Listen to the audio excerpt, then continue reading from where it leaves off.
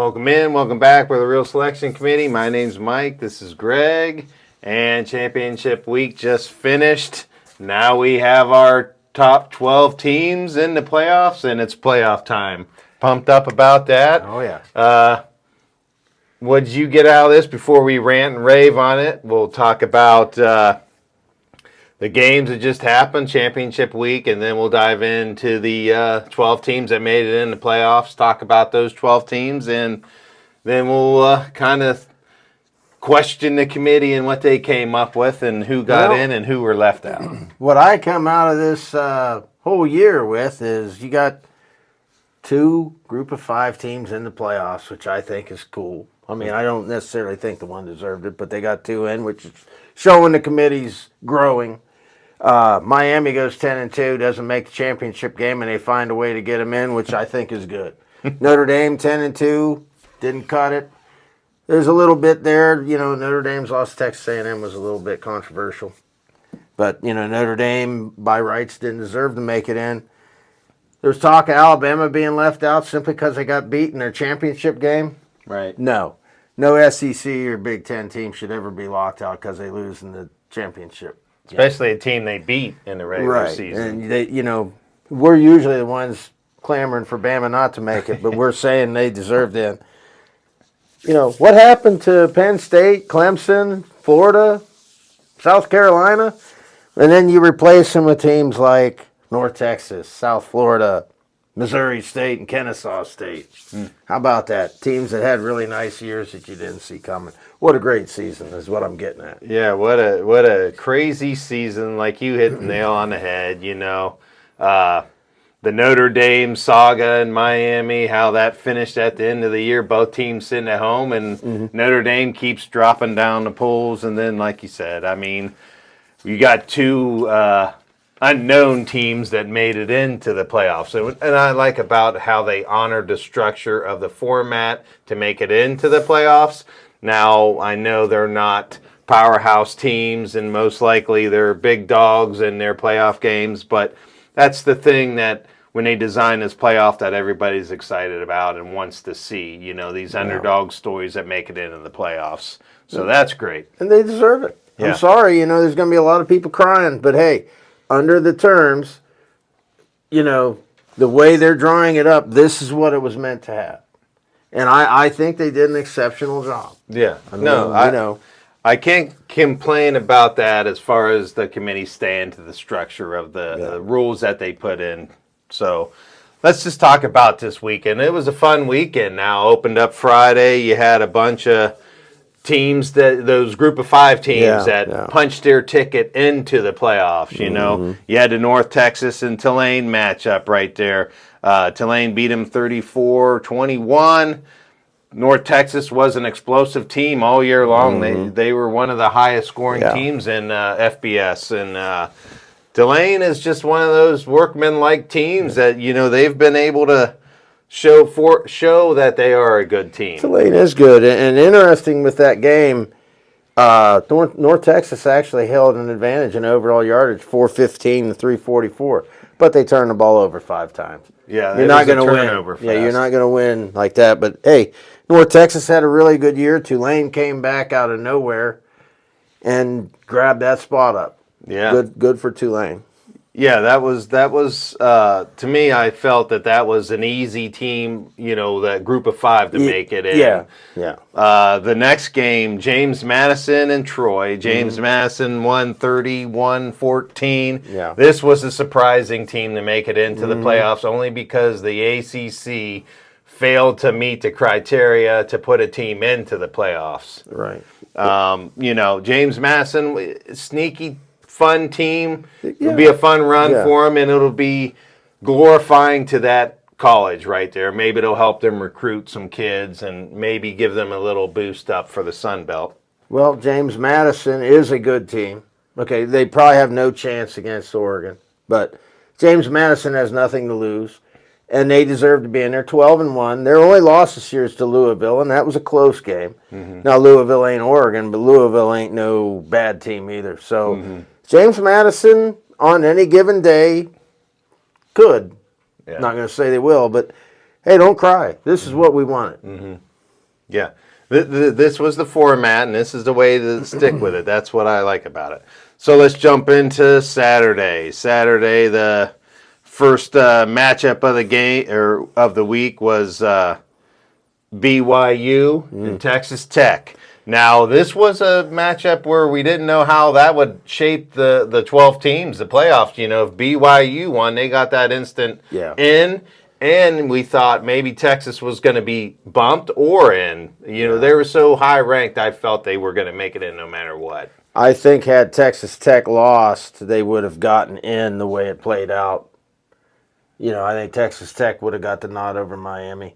But, you know, there was no doubt when Texas Tech blew through Brigham Young a second time that Brigham Young was going to get left out.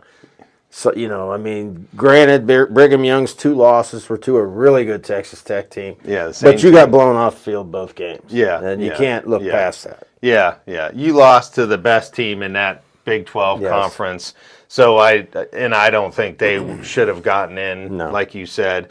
34-7, that's kind of a drubbing. Oh, yeah. So, you know, and this Texas Tech team, you know, a lot of people are hyped on this team. And at the beginning of the year, if we go back and replay it, this was the team we were, watch out for. We were really high on this team. You were really high on them, more so than me. So, I mean, that was a good call on your part. And, you know, as the season went on and you were making your case, I fell in line with it. But Texas Tech is scary. They're kind of like in Indiana. And Indiana showed their mettle as well. But Texas Tech is right there in that same mold. Watch out. Yeah. Yeah, they're looking good. Their defense is solid, and Byron Morton's getting back healthy, and he's leading this team. So that's a team to watch out for. Absolutely. So let's go into the Alabama-Georgia game here. Alabama just jumped right all over, or Georgia jumped all over Alabama in this game, 28-7. Was a really bad game for Ty Simpson here. They were struggling to move this ball here. Yeah, well, they fell behind and they never could get out of their own way. The stats I have showed Georgia had a 141 to -3 rushing advantage. Now, the thing in college football, sacks go against the rushing total. So some of that might be due to quarterback sacks and whatnot. But obviously, Bama couldn't run the ball. Right. And then it's all thrown on Ty Simpson. And Georgia, for whatever reason, just got after him. And that's the name of the game. This defense showed up. Yeah, and surprising player, Gunnar Stockton, who was 20 of 26 for 156 yards, 3 touchdowns. I mean, Georgia's overwhelmed Alabama in this game. And like you mentioned, you hit the nail on the head. Bama cannot run the ball. So they put so much pressure on Simpson to make things happen. And they struggled with Georgia's defense attacking him. So, you know, hey, Georgia's, watch out. You know, Georgia's there again. Bama's in the playoffs again. Reset mode. Yeah. I mean, you know, that we know Bama. We thought they had the highest ceiling. Didn't show up in this game, but, you know, it's all square one now. Yeah. All right, the next game, we're going to go with number 1, number 2, Ohio State versus Indiana. Indiana took the lead in the second half. First time Ohio State was not winning in the second half. First time they were down a deficit in the second half here. And Indiana's defense is for real. Oh, yeah. This was a showcase of a team that was questioned. No one believed that Indiana was any good, and this team is really good, folks. You better watch out for this team. Their defense is solid. Their offense has playmakers. Mendoza got that hit in the first play, and I thought he was done. And he comes back in, showed that he's a solid, good quarterback, and he's going to be able to move Indiana. Coming into the playoffs, they're going to look good. I was impressed with them. Defensively, they put Ohio State in bad positions here. Sacks and offensive line struggled. Yeah, the offensive line looked terrible. They looked more like they belonged in the MAC. And, you know, Indiana's defense is for real. I said that at the beginning of the year. and they got after the Buckeyes. The Buckeyes seemed to figure it out in the last 2 drives of the game, but couldn't pay it off. Yes. And that's credit to Indiana. I Yes. mean, it was a frustrating game to watch as Buckeye fans. It was probably frustrating for Indiana fans too, because the Buckeyes were throttling them as well. Right. But, Indiana made one more play and wanted it just a little bit better. I think they outplayed Ohio State in this game. And, hey, they took home a W. And I had said the last 3 weeks of our show that I was struggling with putting Ohio State ahead of them. It was hard. And we did it because Ohio State was the defending champs. Well, here we are as Buckeye fans after another 13-10 loss before the playoffs. Yeah, what an interesting number. Yeah. 13-10. That reminds me of last year. Yeah. Maybe this is a sign. I don't know. Yeah. But yeah, I mean, Indiana just defense was stifling against Ohio State's offense. It seemed like it was the same game plan against Indiana. They tried to run the ball and got behind the sticks with sacks, and Sayan was confused, was not making good reads, and then we left points on the board in the fourth quarter. We had 2 drives inside the 10.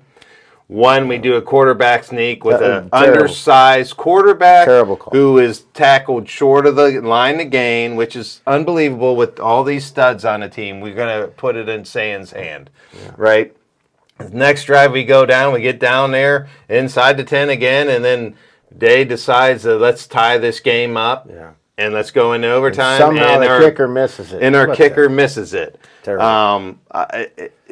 Ohio State, to me, had turned it up on that fourth quarter and looked like the team they were supposed to be. But Indiana, I give them all the kinds of credit. This is a team to watch out for. Yeah, I don't want to make it out like we blew it and Indiana won the game. But my thing is, I even said before the sneak, kick the field goal and get the tie. Yeah, that's Did I not? Yeah, you want to tie the game and give yourself a chance to go down and win the game, as opposed to the other way around. Because Indiana all game long was moving the ball well. Ohio State would just make a play here and there. And I did not, I thought when we didn't tie that game, I thought sure Indiana would get the ball back and run out the clock. Yes. And, fortunately the Buckeyes did enough, but we just didn't get the ball in the end zone. Yeah. And Indiana, congratulations to them. They're number 1 for a reason. Now the problem is you're the hunted. Yep. So we'll see what happens. Everyone's gunning for you now. Yep. So last game. This game right here changed the whole 12 teams. Duke versus Virginia. No 27-20 overtime. Duke won this game. Virginia couldn't get it done. So now Duke just changed the whole format. I'm going to say this, and I like James Madison, and I'm okay with the playoffs. Duke won the ACC, people. Power 4 conference. I don't care what their record was. The NFL doesn't say, hey, New Orleans Saints here, they went 7-9. No, you don't get in because you're terrible. Criteria. Stick to it. Quit changing it. Duke should be in. Now, am I mad about James Madison getting in? Absolutely not. But this is the only thing I differ with the committee. Duke won. They beat a 17th ranked team, which was higher ranked than either of the other 2 group of 5 teams. Duke deserved to be in there. Yeah. But, okay, it's not there, and I'm not going to cry too long about it because I do like James Madison as well. And like I said, this is what the fans wanted, but now you have all the other fans, they wouldn't beat anyone. Yeah. Well, this is the playoff format, the structure that you had. Whether it was 4 teams, the 5th team was always left out that people cried about, they were hot. Well, guess what? They didn't make the playoffs. Right. And this is what happens this year, So that's the thing, is the committee going to go in and change it again for the next season? Probably. So we can get this in. They play to the idiots, not to the real fans. Right. So with that, what a great championship weekend. Yes, now the committee has come up with these 12 teams here. Yeah. What's your impression on this? I actually despite me saying Duke should be in, I actually like it because they stuck to their guns for the most part. Okay, I understand not wanting Duke in as a 5-loss team, but Duke did win a Power 4 conference. So, but anyway, I like it. I mean, hey, okay, you could maybe sit and say Tulane and James Madison don't have a chance. Only 2 teams are going to make it to the championship game. Only one team's going to win. So the way I see it, 11 teams don't have a chance of winning. So quit crying. Yeah. I think it's great. I think they did another outstanding job. I'm kind of questioning how they didn't put Georgia as the number 2 seed and the Buckeyes number 3. But there again, you're splitting hairs. Well, the thing is I think when you look at it, it should have been a tied game going into overtime, and the number 1 team lost to the number 2 team by a field goal that should have been an overtime game. So, I mean, yeah, I agree. The SEC champion, you probably would put ahead of the non-Big Ten champion. But with that being said, Ohio State deserving at 2 or 3. Yeah, I mean, it doesn't matter in this grand scheme. Yes. They're going to play the same team if they get to the semis. Yes. But yes, it just, to me, seemed peculiar. Yes. But, hey, it is what it is. Oh, that being said, Ohio State, it has the best odds out of these 12 teams right now going into it. They're a plus 240. Indiana's the second highest. Georgia's third. Oregon's 4. Texas Tech's 5. And then down the list, Tulane's last. Which surprises me that they're below James Madison as far as... Well, here's what might be there. Tulane did play Ole Miss this year, which is the matchup in the playoffs, and Ole Miss ran them out of the house. Yes. So maybe they're saying, oh, we already seen this. Maybe James Madison, but, I would think Tulane's the better team. But, hey, you just never know. Yeah. Line them up and play it. Yeah. All right. Well, the playoffs are already set here. Yeah. Now let's go over this. Number 1. The number 1 ranked team, which we figured was going to be Indiana. No questions there. No doubt. Can't debate it. Here's where I was kind of shocked. I figured Georgia would come in at number 2, but it's Ohio State at number 2. Yeah, I figured that Georgia and Ohio State would be flip-flopped of what it came in at, but hey, we don't. That's why we don't get the big bucks. Right. Number 3 is Georgia. Number 4, Texas Tech. All these teams earned first round buys, and they're deserving of it. These are the 4th best teams. Yes. And then we're going to go with number 6 is going to be, this is kind of surprising to me too. I don't know how you felt about it. Number 6 is Ole Miss, and I felt A&M should be ahead of them, and A&M's number 7.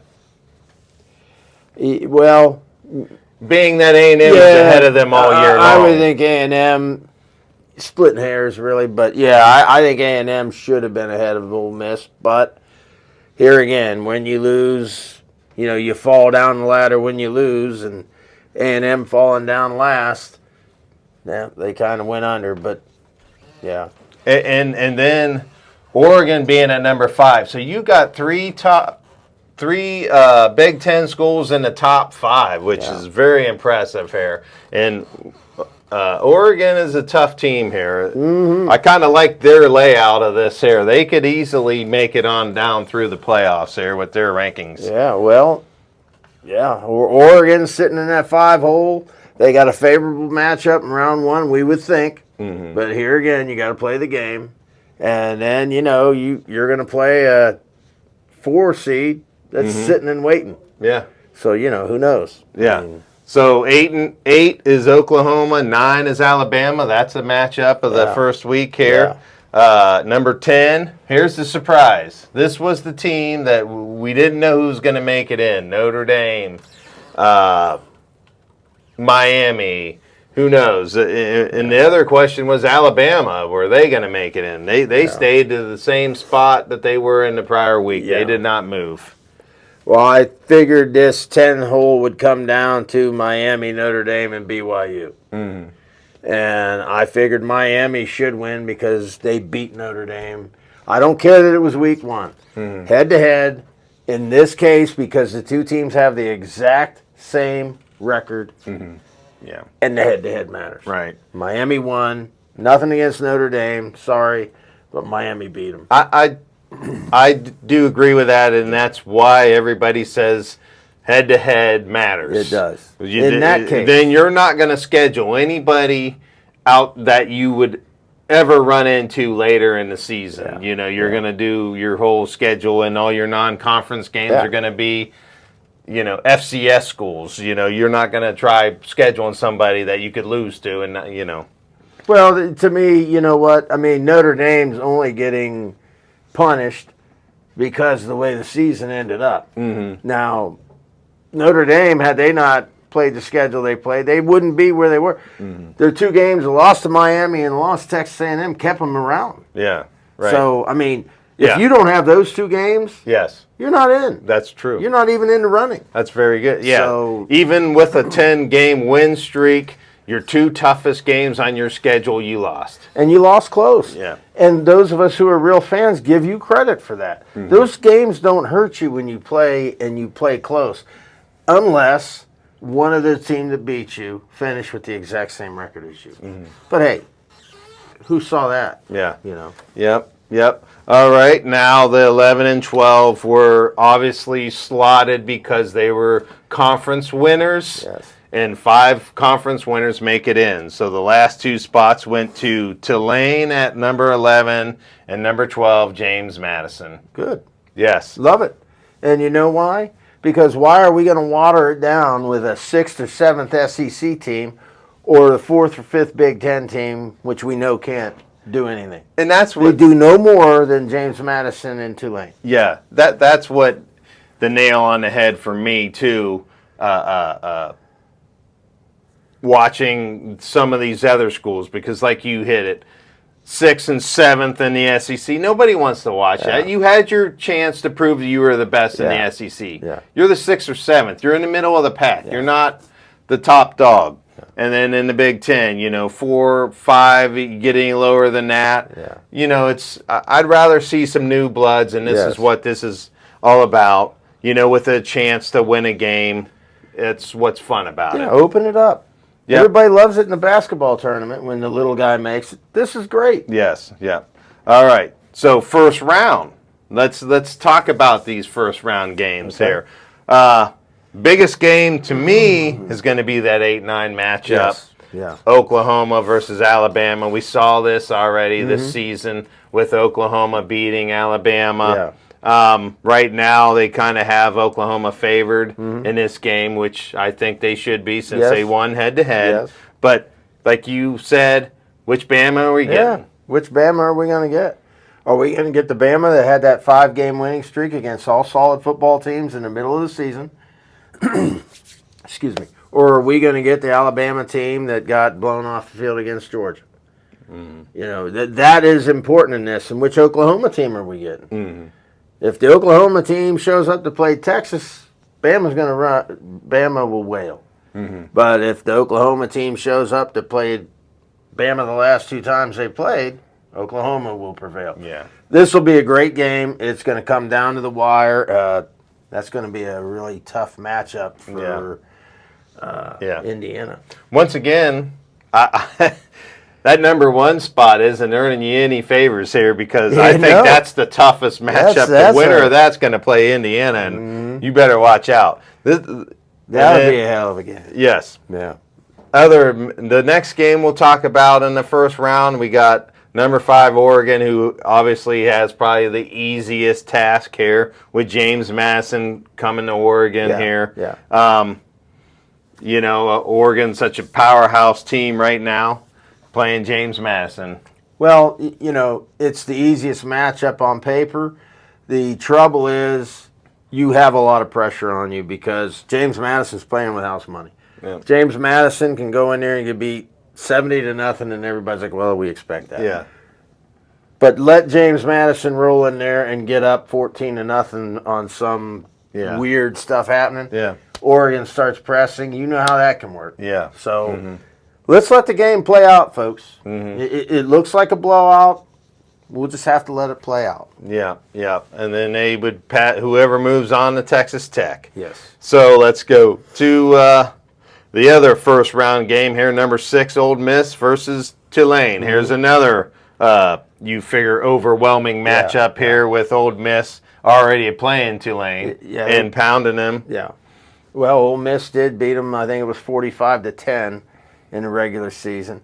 But here again, you have a game where Tulane has no pressure on them. Show up and play. And same thing. What happens if Ole Miss comes out and this and that goes wrong for them, and next thing you know, you're down 14-0. Now you're pressing. Yeah. So let the game play out. Now, obviously, Ole Miss probably going to be a 3-touchdown favorite.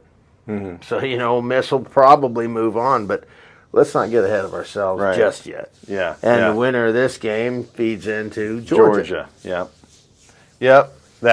And then the last game, boy, the first and second place team really. They don't get much. Yeah. They're not getting any favors. Well, number 7 Texas A&M versus number 10 Miami. Yeah. This is going to be a fun matchup. That's a tough game. And here's the funny thing about it. These are the two teams that basically put Notre Dame out. Yeah. And now you're playing each other. And I would say you're probably going to say Texas A&M's a slight favorite. But I don't know. Miami, maybe this gift of life helps them and sets them on their way. I'm going to take the Hurricanes to upset A&M. Yeah. I can see that. I can get on that. Right now, they kind of have A&M a heavy favorite over Miami, which I don't really see it playing out that way here. Like you, I think Miami is a team that could get on a run and be trouble. Yeah. And then, of course, the winner of this matchup goes and plays Ohio State. It almost seems like being the 3rd or 4th seed is the better route to go. Well, and part of that, honestly, that's because you have those two, the 11 and 12 in those holes. But, you're looking at probably Oregon and Ole Miss moving on. So, there isn't an easy matchup in theory. But, yeah, to me, I don't know that I'd want the 1 spot. Yeah. Because, Alabama, Oklahoma is a pretty daunting task, which is basically like Oregon was sitting there last year with the winner of Tennessee, Ohio State coming in. Yeah, right. You're sitting while 2 really good teams are out playing. Right. And if nobody gets injured, they come in healthy, they have the advantage. Yes. Yeah. So, yeah. I don't know that sitting is such an advantage. Yeah, I hear you there. Some outstanding matchups. Yes. We'll dive into next week, give our predictions, scores, stuff like that, because we got a week before these games, 2 weeks before these games are played here. This is the best time of the year right here when these playoffs are getting ready to take off here. Yep. Any quick predictions here? Just off the fly here. Well, I believe Miami's going to upset A&M. Okay. And then that will feed them into Ohio State. Obviously, we're going with Ole Miss over Georgia. And I think you would have to say Oregon over James Madison. And Oklahoma-Alabama game's probably the toughest one on here to pick. Yeah. I'm going to ride with Oklahoma as it sits right now. But like you say, we got another week of things to settle in and see what kind of comes out. If, this guy or that guy decides they don't want to play, or somebody stubs their toe in practice, or, we'll see what happens. Interesting thing we do have next week is the Army-Navy game. Yeah. One of the best rivalries in college football, so we have that to look forward to. Yeah.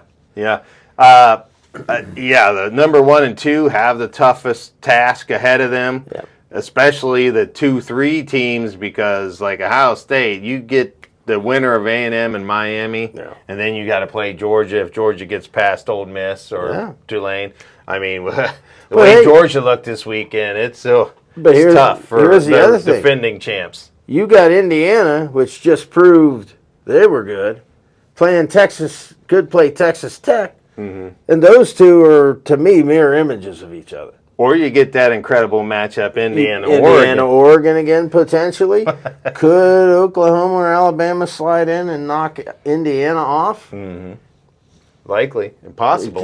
Could A&M come in and upset the Buckeyes? Yeah. or Miami.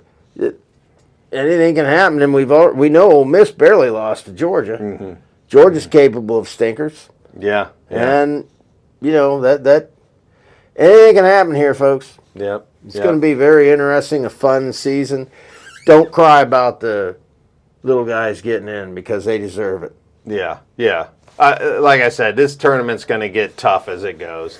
And you're going to forget about whatever you feel towards this tournament. Yeah. It's going to prove that this is why the expansion was such a great idea and what we've all been waiting for. Forget all the noise and why this team didn't make it in. 12 teams is plenty to figure out who the best team in the country is. Yep. So, that being said, catch us next week where we're going to dive more into these first round matchups. We're going to give you more stats, predictions, favorites, who's favored in those games. We'll dive a little more deeper in. This is going to be so much fun here. Just hit the like and subscribe button here. Let us know what you think, how you feel the committee did, what your predictions are, anything. Just let us know who did it right, who didn't do it, and who you felt should have been in, who got left out, why. Yeah. You know? Yeah.